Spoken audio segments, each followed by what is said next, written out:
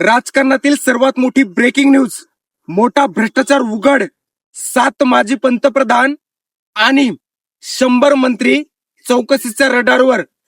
आणि ही न्यूज भारतातली नाहीये, ही न्यूज आहे नेपाळ मधली. जेव्हापासून नेपाळचा नवीन पंतप्रधान झालाय ना बालेन शाह, तेव्हापासून असं वाटतंय नेपाळमध्ये अनिल कपूरचा नायक पिक्चर सुरू झालाय. एक ना एक निर्णय घेतच राहतोय सारखं, दर दिवस एक वेगळा निर्णय घेतोय. आणि हे नेपाळ देशासाठी अतिशय चांगली गोष्ट आहे.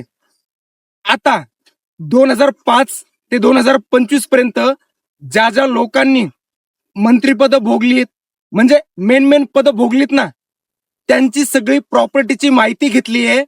आणि बालेन शाह यांच्या अध्यक्षतेखाली एक बैठक 15 एप्रिलला घेण्यात आली.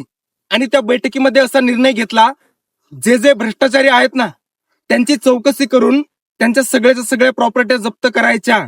7 माजी पंतप्रधान आहेत आणि 100 मंत्री आहेत. खरंच हा जो निर्णय घेतलाय ना बालेन शहानी, यांना मानलं पाहिजे.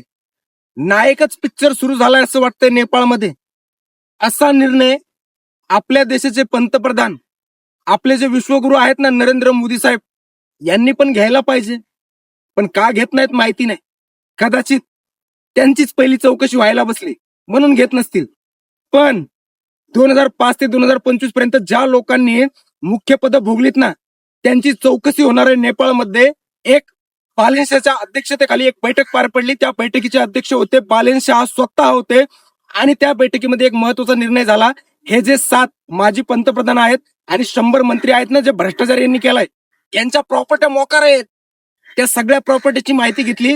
आणि आता नेपाळला भ्रष्टाचार मुक्त हे जे धोरण यांनी या बालेन शहाने आखलेलं आहे ना, अरे खरंच मानलं पाहिजे या बालेन शहाला. जशी सर्वात पहिल्यांदा पंतप्रधान पदाची शपथ घेतली ना, सगळ्यात पहिल्यांदा जे अडाणी मंत्री होते ना मंत्रिमंडळात, अडाणी ज्यांचं शिक्षणाचा आणि त्यांचा कधी ताळमेळ झालाच नाही, अशा मंत्र्यांची पहिल्यांदा हकालपट्टी केली. आणि 17 मंत्री हे शिकलेले भरले.